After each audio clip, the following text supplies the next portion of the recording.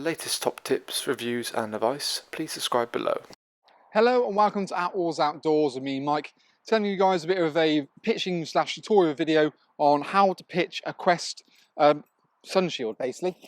So essentially the screen shield itself, it's almost basically an instant kind of windbreak, very similar to kind of the screen house.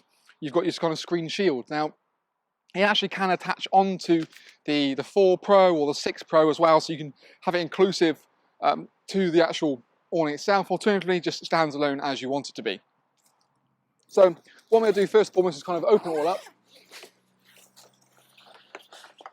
Now there's different kind of components of it. You've got the part here which is the main body itself. So what I'm going to do is open this up initially and get to grips with it. Obviously you want to find it sort of internally or externally the size. So if we lay it out nice and flat, we kind of can get a bit more of an idea about the shape of it. You almost want to start from one side and work your way across. So as we can see here. So now when you sort of spread out, ideally you've got a tag on the outer side here which you can sort of pull out. So you can kind of just pull that towards you. It flips in, same as kind of the models itself.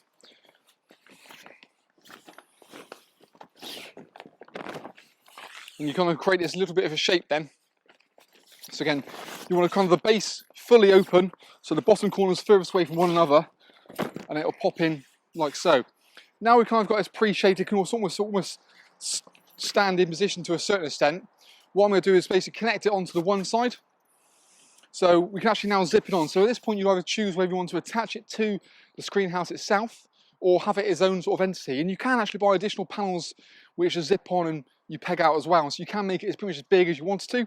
Alternatively, you know, in theory you could sort of zip 2 together to make a 6-panel version. So now because I've got more amount of flexibility here, we're just going to basically attach that onto the zip as you do. Then that'll feed on like so, and we've kind of got our positioning away. If it's a windy day, admittedly you'll probably want to peg some of this a little bit first, just to make sure that it's all kind of, you know, quite nice and stable before taking the plunge into getting it sorted. But as it's a nice day today, I've got the luxury that I can sort of play around with it a little bit and make sure it's fit.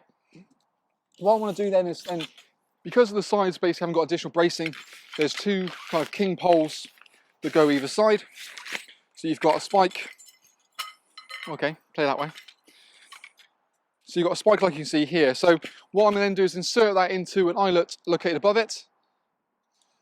And then the bottom part then goes into a ring and pin scenario. So there's a pin that just goes on the underside and into it. This part, to be fair, because you've got an eyelet in there, does require a little bit of strength. In it goes. It just helps to really kind of brace that side. And we're doing exactly the same thing here. Get that in. Flip that on the inside. This one probably is going to be a bit easier, mainly because you haven't got that zip running alongside, so it makes life a little bit simpler. So you've got a lot more play in that side there. So once we've kind of got that, we can kind of position it as we want it to. And once we do that, what I might also do as well, in fact, let's get some pegs. You just kind of peg the base round to make sure I'm happy with the position of it.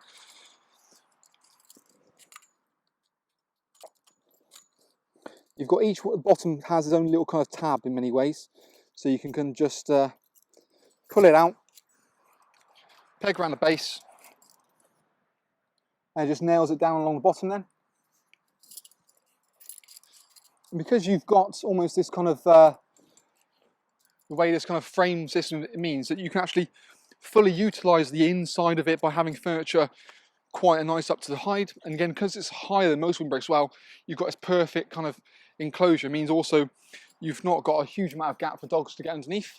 So hopefully it's a bit more of a pen, if not for the kids, but for at least the furry animals. You also initially you get 2 of these kind of struts included with it as well. Now these are basically for the 2 end pegging points, so they're designed to sort of fit directly over the top of the spike, and then from there you kind of peg out, and it just gives a bit more solid structure. So if we peg through that a sec.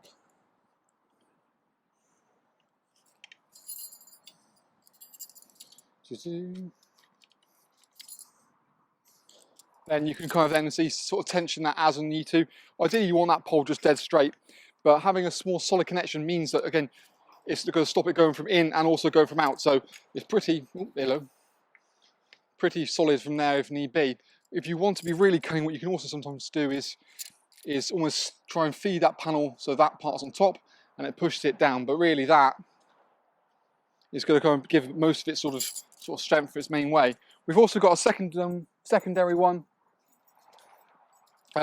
which again is designed to go near the windbreak there. Or if you have the windbreak sort of freestanding on its own, then of course you do it either side. But for the purpose of the video, I'll just do this as well.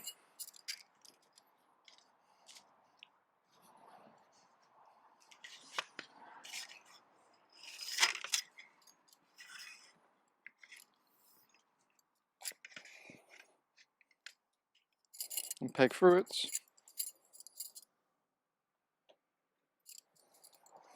Now once we've done that, we've also got additional guide points which we can actually tension out. And again, that's just going to kind of stop the panels from, well, in many ways just kind of popping in. So you don't want to go kind of too heavy with those parts. Just enough to kind of keep its shape. Really the guide points are there to stop it from, like I said, popping in. And you've also got additional ones on the top here as well to deal with. Admittedly the camera angle's not best where it is, but I'll swing it around about 360 in a moment. You can kind of get a bit more of a feel for it. But it's all just giving that extra level of sort of structure and creating that full kind of enclosure. There are also some storm straps applied with it as well. So if you wanted to additionally clip onto that point rather than the typical guide ropes, same as with your screen house, you can clip those on quite nice and neatly. But we'll have a quick 360 tour. We've also got a separate review video on it as well, talking about the actual shelter, it's sort of the panels, and gives you a bit more of a better idea. But you can see obviously you've got a nice enclosure into it now. But then obviously the sides all in there. And it creates that perfect sort of hub. And also because you've got that seamless connection between the two models. So it feels part of the actual gazebo itself, rather than sort of trying to create a kind of add-on to it.